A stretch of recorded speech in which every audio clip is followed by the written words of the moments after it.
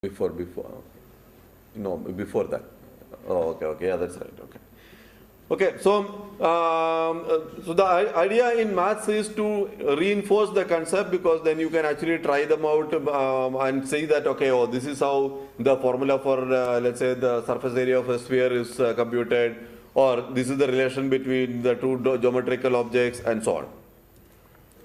So, the typical view of a maths lab is as you can see now on your slides, on your screen. So, I've taken the simple example of Pythagoras theorem. So, you can actually input any triangle of your choice.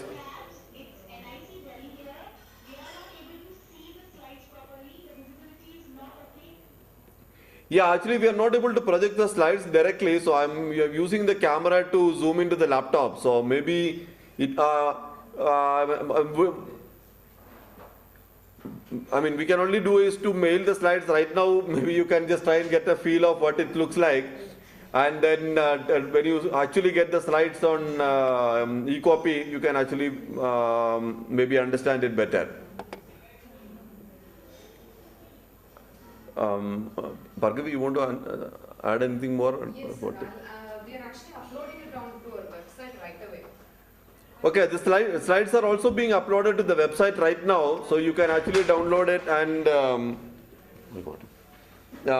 see it on any laptop or anything that you have locally accessible. Hello, NIC Delhi. Yes. Madam, we are uploading it onto our website right away. That is www.cips.org.in. So we will upload the presentation. If you need, you can actually download the presentations from there.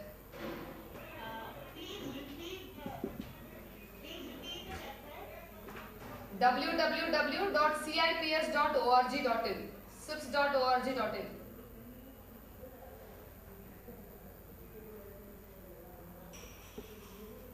Ma'am, can you repeat it, please? CIPS. Show you what they look like and what the components are. So when you actually go to the website, it'll be a little easier for you to follow. Okay, so I presume others are at least able to see a feel of what the site page looks like. Okay, so on the, we have the name of the experiment, we have the inputs. Typically, the base of the input, like for example, create a circle of some random radius, or create a cylinder with a particular height and base, or create a triangle. These activities, the student has full control in terms of building large or small triangles, and still see that the cutting and pasting actually works similarly. So he can enter the triangle base and height in this case, and the triangle of appropriate dimension will be created on the display area. Then the steps actually walk you through, saying that select the side and a square will be created of that dimension. Then it will be colored differently. Then the squares are cut based on the diagonal alignment, and so on, so on. Okay, I'm not explaining the theorem per se here. Okay, so there is a simulation window where these interactions happens. There are navigation windows like next, or to click a button to perform particular activity on the screen. Regularly observations are displayed below the screen, saying that okay, now you can see this, now this is what is happening, and so on. Okay, so that's a typically maths lab structure. I mean, so you can go on the website and see more. So the activities in maths include Manoj, next page. Include all the class 9 and 10 maths activities: midpoint theorem, area of triangle, area of trapezium, rhombus, parallelogram, circumcenter, centroid, incenter and orthocenter of a triangle, volume and surface area of sphere, angle at the center of a circle, volume of right circular cone, Pythagoras theorem, area of right circular cylinder, and so on. Okay, so you can see the full list online. So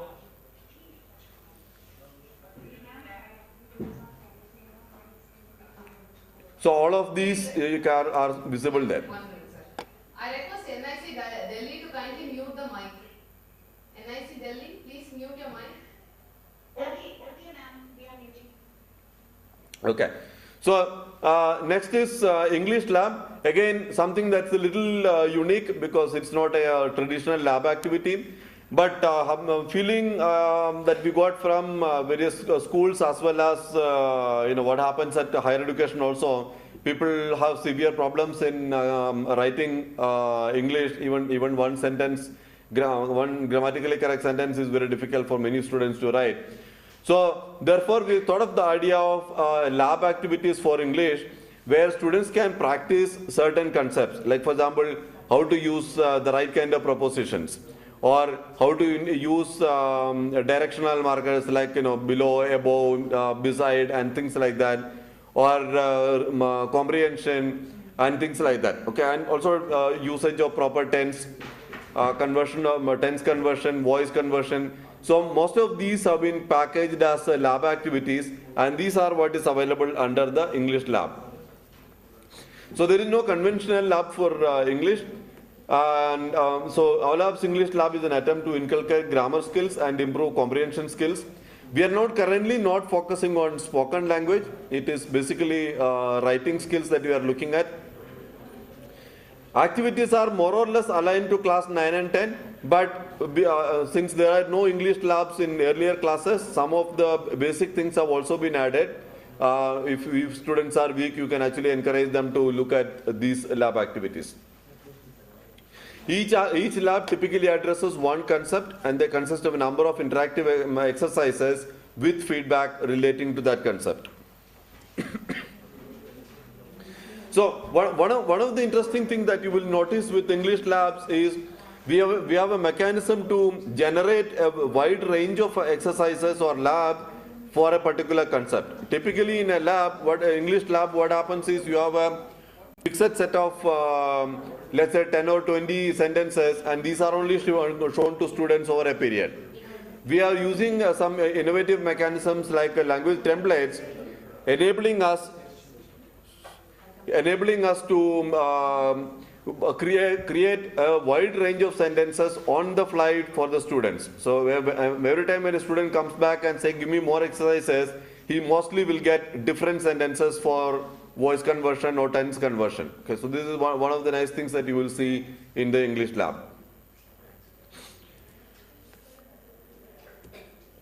Okay, so some of the labs that is available in English are learning prepositions of location, like below, above, and things like that. There are different modes of it, one by picture dictation and one by actually trying to imitate or align objects based on what you see on what is written in English. So I'll say place the ball above the table, then you are supposed to drag the ball and put it in such a way that it satisfies the above property. Then there is tense conversion, there is direct to indirect speech conversion, comprehension, active voice to passive voice conversion, and passive voice to active voice conversion, and so on. So there are a bunch of labs available covering these activities. So on your screen now you can see a screenshot of active voice to passive voice, where the student can actually select whichever tense that he wants to try. Okay, some simple past or continuous past tense or whatever. A sentence is on the fly generated for him which meets that tense criteria. John was drinking milk. Okay, and then the student has to create the passive voice by arranging the words and inflecting it suitably. So all the relevant words are given as draggable boxes. He has to drag and put it in the right form.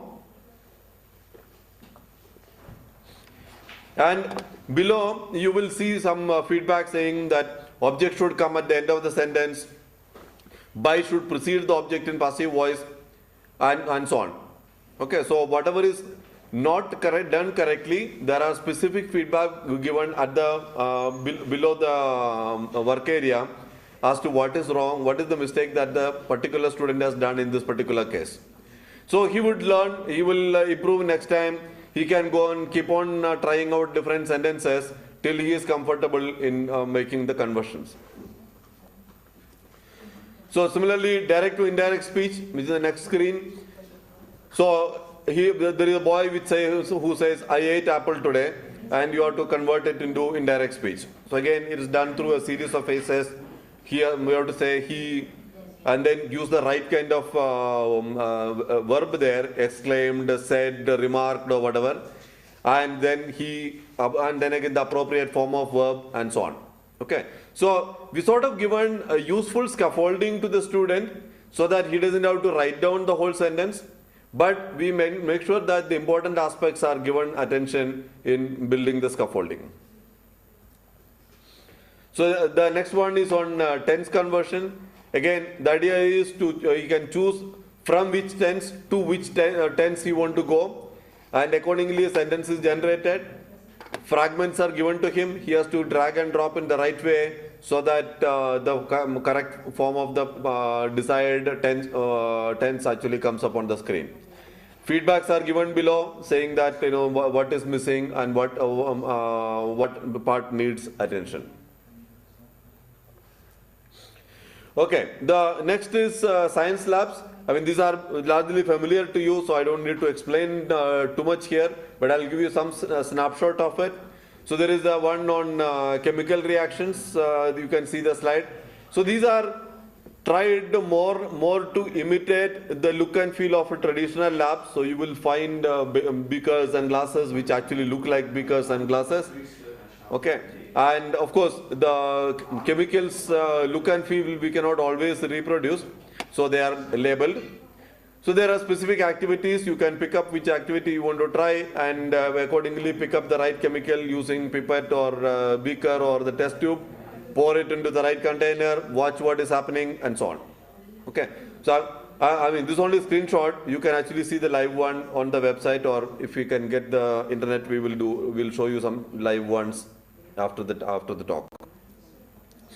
So chemistry labs include the separation of mixture using different techniques, chemical reactions, distinguishing between mixture and compound, distinguishing between solutions, melting point of ice, boiling point of water, separation of components of a mixture, Rutherford scattering experiment, exothermic and endothermic reactions, periodic table, law of conservation of mass, pH determination, single displacement reaction, combination reaction, and so on. So they are basically as per what is there in the CBSE curricula. So then you have the bell jar experiment, one snapshot. One of the physics labs. You can, again, there are some controls given to you for air pressure and power on or off. So you can choose the right kind of air pressure and then put the power on, and you can see whether you are able to hear the sound and what you need to observe. Okay. You can also enable what is the wave propagation, which is like a teaching aid, which doesn't happen in, I mean, you can't see it in the lab, but we can actually show how the sound waves propagate. So here is the verification of Newton's law. So there is a cart with a particular weight, and which gets pulled by gravity on the weight that is attached to the string. You measure the amount of distance traveled and how much time it has taken. You can create a plot on the graph sheet and use that to validate that the Newton's law principles are applicable here and are satisfied by this experiment. Again, physics lab, as per CBSE curricula, we have the full range of labs are being done. Most of them are now available. The force required to move a wooden block, verification of Newton's third law, law of reflection of sound, density of solid, verification of Archimedes principle, pressure exerted by a solid iron cuboid on sand, determine the velocity of a pulse propagated through a slinky, bell jar experiment, and so on. And Ohm's law. On biology also, most of the activities are simulated. So there is detection of starch in food samples, how that is to be, the experiment has to be performed, what happens, what sort of color changes are observed in the process. So biology has characteristics of plants, detection of starch in food samples, adulterant in dal, onion and cheek cells, plant and animal tissues, life cycle of a mosquito, demonstration of tomato on a leaf peel, and so on. Okay, so all of these are created using simulations and animations on virtual mode. So, as I said, we started making these labs available on a public way around end of 2011.